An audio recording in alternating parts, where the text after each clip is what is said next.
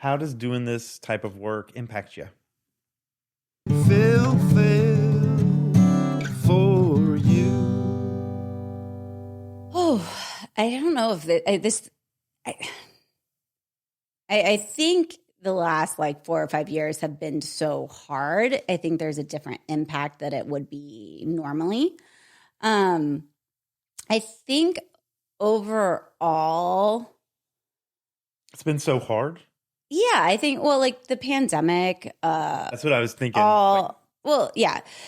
pandemic, personal stuff that has happened in our family dynamics, with our family members, just so much horribleness, that's a huge list of all these things that either partly like I was shielded from, right, of privilege and those types of things, but also just like really, really hard stuff. So I think in the sense being in it sometimes is really hard. I remember, my husband's a software engineer, and I was just like, how do you guys just like go in and like, he's like, I want to write some letters and numbers and have something work, or it's like the way a Muppet would do that job. Yeah. Yeah, that's what he does. Like goes, software engiurners go software like this.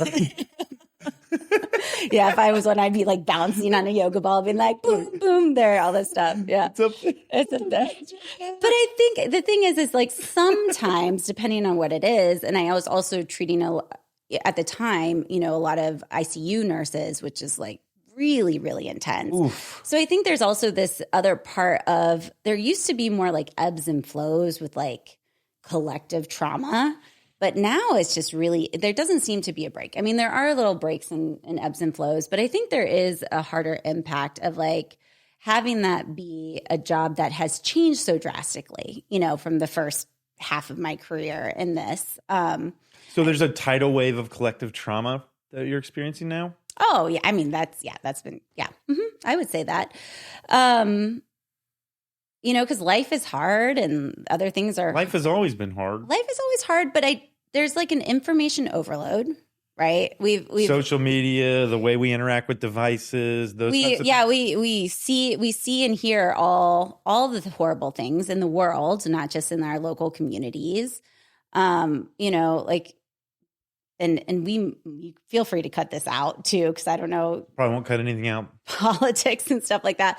But like our political system has changed. Like we have, like the late stage capitalism, like all of this stuff, I was watching on the spring break, I was watching the Hunger Games on the plane. I was like, oh gosh, this is 10 years ago. And we're just like so close to it. And it's just dystopian things, women's rights, like all of this stuff. Like, oh yeah, there's and also too, just like, it's really hard. I think it's really hard.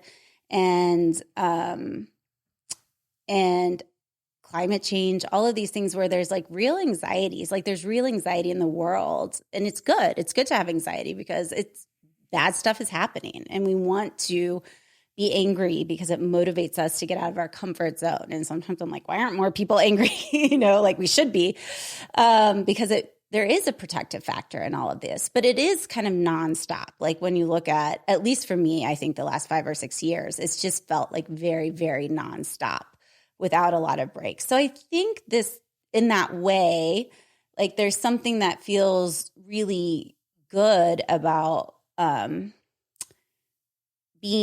providing support to others, because that's such a huge thing in a time of need. And I know a lot of people who were in the, other careers, they're like, I want to do something that's more meaningful and all these types of things. And I think there's just this, for a lot of therapists and people in the healthcare field, like a lot of burnout. And I think I definitely hit that a little bit and have, taken some time to like recover and those types of things. But I mean, it's just hard. Midlife's hard.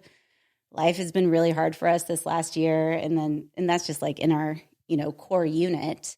And so I think in some ways, like the job is great. And I think I get a lot out of it, is being able to learn in the things that I'm interested in, being able to apply it to my own life, to make my relationship better, to be a better parent, to all of these things. And then also too, being annoyed by it, it's like, I'm going to say this and I know I shouldn't do it. Blah, blah, blah, blah, blah.